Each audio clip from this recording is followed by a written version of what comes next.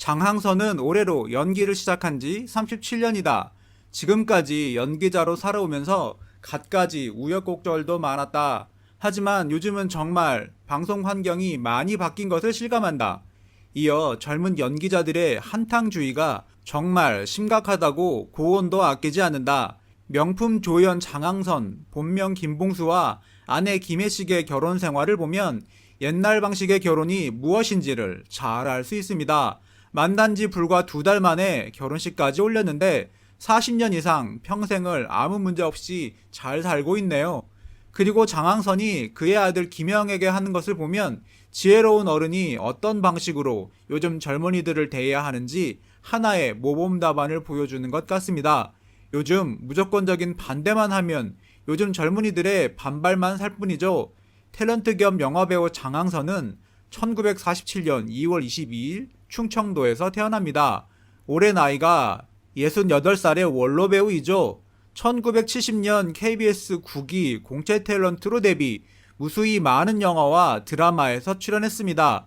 굵직한 작품만으로도 한지붕 새가족, 인간시장, 여명의 눈동자, 마지막 승부, 모래시계, 용의 눈물, 김약국의 딸들, 연개소문, 제빵왕 김탁구를 비롯하여 텔미 썸띵, 슈퍼스타 감사용, 왕의 남자, 더게임 등이 있습니다.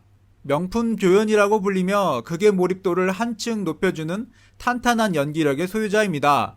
1969년 군대를 제대한 장항선은 원래 택시 운전을 하려고 했습니다. 그래서 버스를 타고 서울 지리를 익히던 중 스카라 극장 앞에서 배우들을 보게 됩니다. 그때 장항선은 무작정 버스에서 내려서 배우들을 따라갔고 충무로의 스타다방을 알게 되었으며 다음 날부터 조감독과 친구가 됩니다. 결국 KBS 공채 탤런트가 되기 전인 1969년 신성일의 운전사 역으로 언제나 타인으로 데뷔하게 됩니다. 하지만 장항선은 오랜 무명 생활을 겪었고 매우 가난했습니다. 배우를 그만두고 일본으로 밀항까지 시도했죠. 집에 큰 배가 있어서 외국을 드나든다던 군대 친구의 이야기를 믿고 무작정 속초로 달려갔지만 작은 오징어 배 한 척이 있을 뿐이었다. 이완 간 김에 오징어 잡이를 나갔다. 끝난 후에 친구가 3만여 원을 쥐어줬다. 당시 하루 용돈이 500원이었기에 장항선이 이 3만 원을 미천 삼아 다시 가난한 배우 생활을 버티기 시작했습니다. 그런 즈음에 장항선은 현재의 부인 김혜식을 만나게 됩니다. 예전의 선 방식을 잘 알 수 있네요. 방송국 후배가 좋은 데로 모시겠다며 어느 날 청주의 한 다방으로 나를 이끌었다. 바로 맞선 자리였죠. 처음엔 아내가 다방 종업원인 줄 알았다. 그런데 상대 김혜식과 그녀의 아버지 어머니는 장항식을 무척 마음에 들어 합니다. 그래서 결혼식을 서두르죠. 12월 31일에 만나 3월 21일에 결혼했을 정도로 속전속결의 결혼식이었죠. 횟수로는 2년이지만 실질적인 기간은 2달 반 만의 결혼이죠. 요즘 연애를 해서도 이혼하는 사람들이 많은 것에 비하면 꼭 연애를 하더라도 만나는 기간이 중요한 것은 아니라는 점을 잘 보여주는 것 같습니다. 이름도 모르고 손목 한번 잡아보지 못하고 데이트도 한번 못 해봤는데 그렇게 결혼하게 됐다. 아마 장항선은 제대로 데이트를 못해서 좀 아쉬웠던 것 같습니다. 그래도 한평생을 행복하게 잘 사네요. 그리고 장항선의 처가 집안 장인어른과 장모님도 대단한 것이 당시 가난의 배우의 경우에는 사회적인 지위가 무척 낮았을 텐데 장항선을 대번의 사익감으로 낙찰하고 맙니다. 아마 장항선의 인간적인 매력에 끌렸던 모양입니다.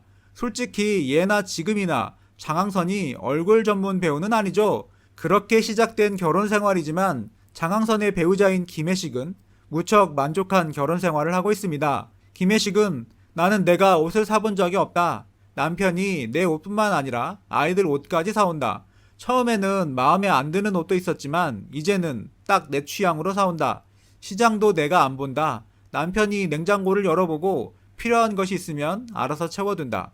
부인의 수고를 덜어주기 위한 남편의 노력인 모양이네요. 그리고 현재 아내 김혜식은 자궁암으로 투병 중에 있습니다.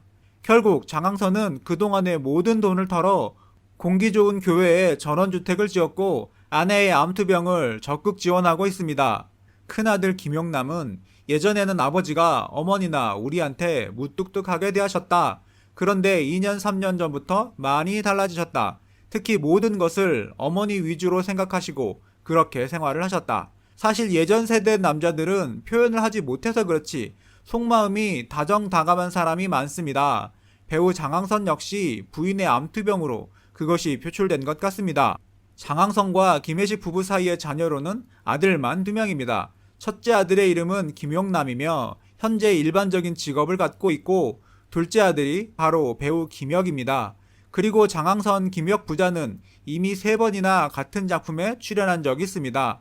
첫 번째는 영화 쏜다에서 부자지간으로, 두 번째는 태왕사신기, 세 번째는 더 게임 등에서 동반 출연으로 화제가 된 적이 있습니다.